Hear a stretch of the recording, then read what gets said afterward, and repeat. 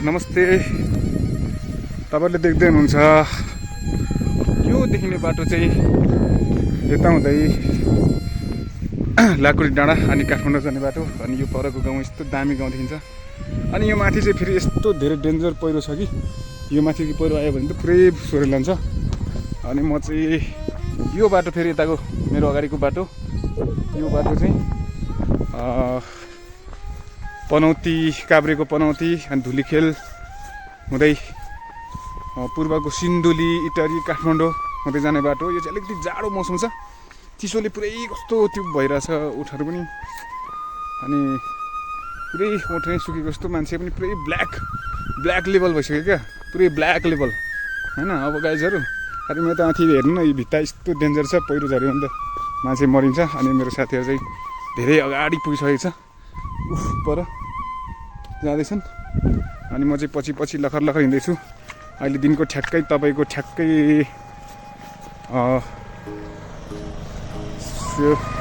लगभग 1:30 भइसकेको छ। म बिहान 5 बजी हिँडेको बिहान उठेर अहिलेसम्म एउटा मुला खाएको छु, खानेकुरामा एउटा मुला खाएको छु, अरू केही खाएको छुइनँ।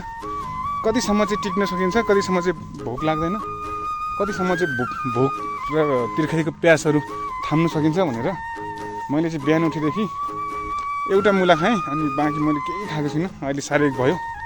त्यो कसैलाई रहर हो, कसैलाई बाध्यता। तर आज चाहिँ रहर पनि भनौँ, अब बाध्यता पनि भनौँ, अब त्यस्तै सिचुएसनमा हिँडिरहेको छु, दौडिरहेको छु। गाइजहरू धेरै टाढा छ बाटोहरू पनि, यस्तो गाउँहरू छ, अलिक दुर्गम गाउँ हो यो। अनि यस्तो डाँडा यस्तो छ। अनि म चाहिँ यसरी हिँड्दैछु, पुरै बाटोहरू यस्तो छ, म हिँड्ने बाटो कच्ची बाटो हो। अनि भित्तामा तपाईँ देख्न सक्नुहुन्छ है, यस्तो छ भित्ता, यस्तै छ। कहिले दुःख, कहिले सुख, कहिले रमाइलो, कहिले पीडा हुने हुँदैछ। त्यो लेक पर्छ क्या, हेर्नु न यस्तो गाई चाहिँ यस्तो डरलाग्दो जङ्गल छ यता माथि, डरलाग्दो झाडीहरू। अनि कच्ची बाटोहरू छन् नि, पुरै भर्खर बनाउँदै गरेको बाटो यिनीहरू। देख्नु पनि हजुरले है त, मैले दौडिनु पर्यो। साथीहरू धेरै पर पुगिसकेको छ, म चाहिँ दौडिँदैछु।